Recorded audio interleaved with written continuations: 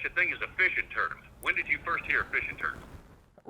I was recuperating from a bad auto wreck in Europe. My parents had been killed in an auto wreck in Europe, and I was in the wreck, and I had some broken ribs and stuff, and so I went back to Santee Cooper to recuperate because I had broken shoulder and broken ribs and stuff, and I'd been doing some guide work when I was in the military anyway at Santee, so I really knew Santee Cooper well, and that was where I'd recuperate. Well, in the meantime, in '66, I think it was, or '67, Ray started calling me because I was writing articles with Earl Shelsby and all these guys from the Baltimore Sun. I had a good single lens reflex camera, and I was doing my own little articles and writing little fishing reports for all these people, and all these different outdoor writers were calling me.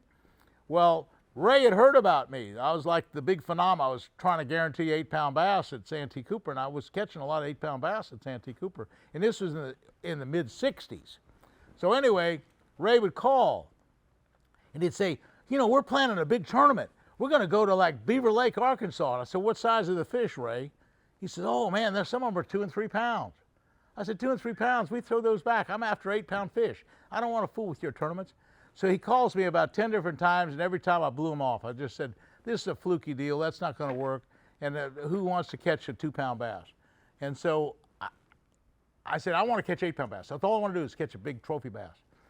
Well, he finally talked me into this. In 1969, he said, Roland, just come to a tournament. Just show up. So I just showed up. I just came in there, and I went fishing with Ray Ansom, the director of the Santee Cooper country, and I caught a couple 6-pounders that day, and I came back to the weigh-in before everybody had weighed in, and I said to Ray, Ray, I probably could have won this tournament. I got some 6-pound fish. I got a bunch of 5-pound fish. Well, the first boat that comes in was Rip Nunny and Gerald Blanchard. They had 197 pounds of fish and 30 fish. They had 30 bass. It was the record of all times. Nobody's ever approached that. Of course, there's not a 15 bass limit anymore. But here they had 30 bass on a paddle, and there were 200 pounds of fish. They broke the paddle, and all these fish were flopping around the dirt. And it was the biggest string of fish anybody had ever seen. And so I looked at that string of fish in humility, and I started to leave. I started getting in my car, and Ray said, "Where are you going, Roland?" And I said, "I'm going back to the swamps of South Carolina." I said, These guys are better than everybody I've never seen bass like that. I've never seen so many big bass. I'm leaving. He says, no, you have to stick around. There's humility in this sport. There's other people who are going to not catch many fish. This is just a record deal. And so anyway, the night before, Ray had talked to me in his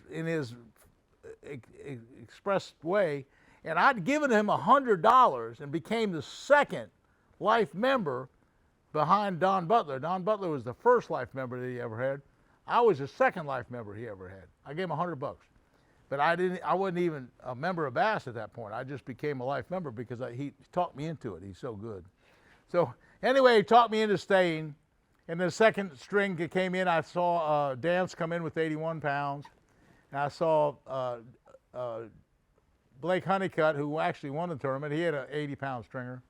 So anyway, all these other strings came in, and then Jimmy Houston was there and all these guys. But then there were some guys that didn't catch anything.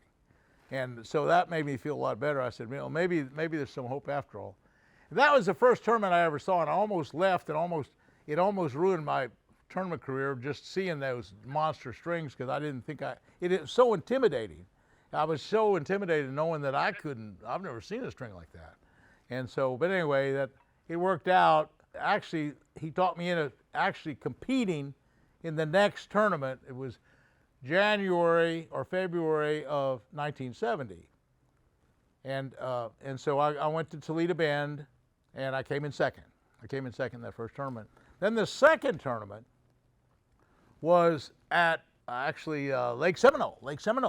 Well, at the time, Ray didn't have the rules that he has now. He didn't have a cutoff.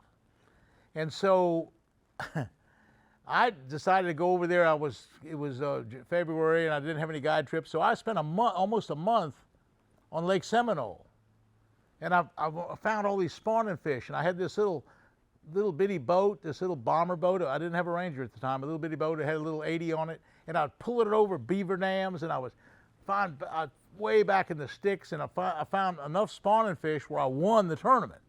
And so it was funny because when I won the tournament at the time, Bass used to have an award ceremony, a big banquet, an awards banquet for the winner.